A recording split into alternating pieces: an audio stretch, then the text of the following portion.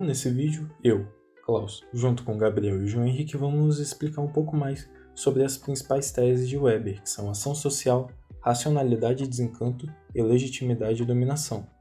Por mais que eles já tenham sido brevemente explicados na apresentação, agora iremos enfatizar, pois nos auxiliam a compreender melhor o mundo, sociedade e relações sociais em que estamos inseridos. Vou começar falando um pouco sobre a ação social. Para o pensador, a função do sociólogo é compreender o sentido das ações sociais, e fazê-lo é encontrar os nexos causais que as determinam. Para Weber, a ação social é aquela que é orientada ao outro. No entanto, há algumas atitudes coletivas que não podem ser consideradas sociais. No que se refere ao método sociológico, Weber, diferente de Durkheim, que tem como método a observação e a experimentação, sendo que esta se dá a partir da análise comparativa, isso é, faz-se análise das diversas sociedades, as quais devem ser comparadas entre si posteriormente. Ao tratar os fatos sociais como coisas, Durkheim queria mostrar que o cientista precisa romper com qualquer pré-noção, ou seja, é necessário desde o começo da pesquisa sobre a sociedade o abandono dos valores que são próprios ao sociólogo, ou seja, a neutralidade, uma total separação entre o sujeito que estuda e o objeto estudado.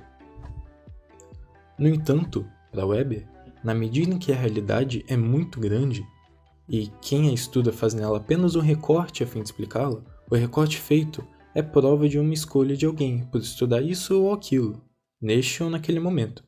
Nesse sentido, não há, como queria Durkheim, uma completa objetividade. Os juízos de valores aparecem no momento da definição do tema de estudo. Existem 4 categorias de ação social. Ação social racional com relações afins. Nela, a ação é estritamente racional. Toma-se um fim e este é, então, racionalmente buscado. Há a escolha dos melhores meios para se realizar um fim. A segunda é a ação racional com relação a valores, na qual não é o fim que orienta a ação, mas o valor, seja esse ético, religioso, político ou estético.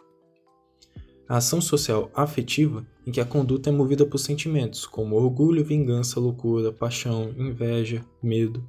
E por último, a ação social tradicional, que tem como a fonte motivadora os costumes ou hábitos. Então, fazendo uma comparação entre esses dois pensadores, Durkheim fala que se deve estudar os fatos sociais, e que eles precisam ser gerais, exteriores, além de objetivos, para que possa ser corretamente chamado de ciência. Enquanto Weber, ele fala que o estudo deve ser da ação social, que, como descrito anteriormente, é dividida em várias tipologias. Outro ponto que vale destaque é que, diferentemente de Durkheim, Weber não queria encontrar leis gerais que explicassem a totalidade do mundo social.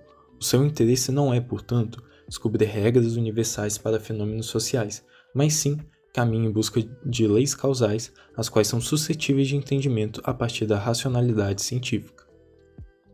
Como vimos anteriormente, temos a ação afetiva e a racional. Basicamente, a racionalidade ela está contida na sociedade, diferente da comunidade. Na sociedade não se pode privilegiar ninguém, nem se pautar em sentimentos ou em tradições. Numa sociedade, as leis, a impessoalidade e a racionalidade reinam. Podemos perceber que vivemos em uma sociedade a partir do processo de racionalização da vida social. Por exemplo, em todas as situações do cotidiano, nós estamos em contato com a racionalidade de regras que regulamentam a nossa vida. Seja uma compra pela internet, na sala de aula, ao atravessar uma faixa de pedestre, etc. E em todas essas situações, a vida racional de uma sociedade ela aparece. E segundo Weber, à medida que a história da humanidade avança, mais as relações vão se tornando racionais, porque a complexidade da vida em sociedade, ou seja, a vida em contato com o maior número de pessoas, requer um conjunto de leis e normas impessoais.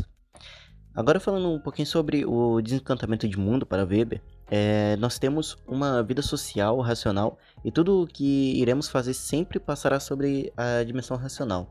Essa dimensão ela pode ser em relação aos valores ou aos fins. E Weber dirá que uma das consequências de uma vida mais racional é tirar o encanto do mundo. Isso significa que nós não mais acreditaremos em coisas que fogem da nossa racionalidade e que controlariam a vida da matéria.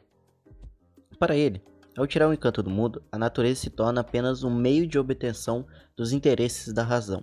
Ou seja, é mais ou menos como se quando você olhasse, por exemplo, uma floresta, você só enxergasse nela o seu interesse. Como, por exemplo, um monte de madeira para fazer uma casa, um monte de sombra para ler um livro, ou algo semelhante a isso. E não teria espaço para enxergar o espírito da natureza na floresta, assim dizer.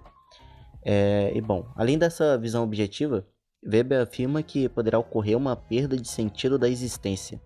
Afinal, a visão encantada do mundo ela consegue atribuir sentido à própria existência humana. As religiões, por exemplo, elas tentam explicar o motivo de estarmos nesse mundo.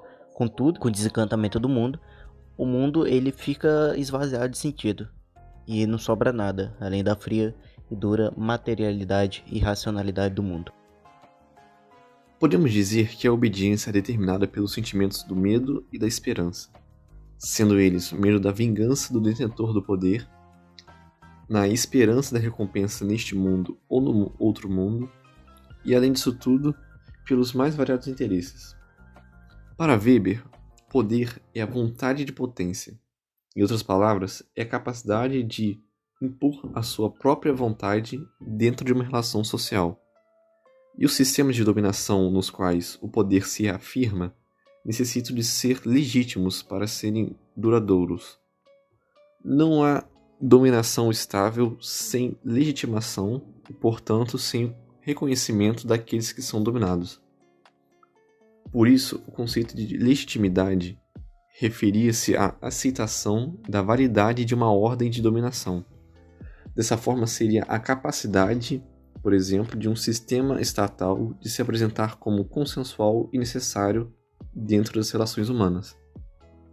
O sociólogo, entretanto, não estava preocupado em definir quais eram os regimes legítimos e quais não. A questão fundamental era se a dominação era considerada legítima pelos dominados ou não. Um exemplo de dominação legítima seria a de um pai mandando no filho.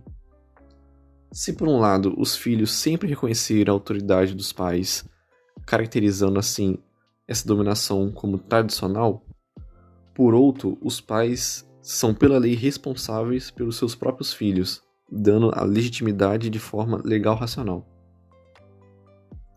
Para manter o domínio pela força são necessários certos bens materiais, tal como ocorre em uma organização econômica.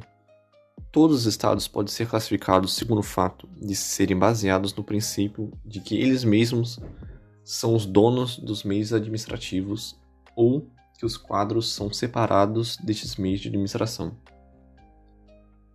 Os meios administrativos podem ser dinheiro, edifícios, material bélico, veículos e muitas outras coisas. Tudo depende do detentor do poder ser capaz de dirigir e organizar a administração, mesmo que delegando o poder executivo a servidores autorizados que não sejam os donos, isto é, que não usam os meios materiais de administração à sua vontade, mas são dirigidos pelo detentor do poder.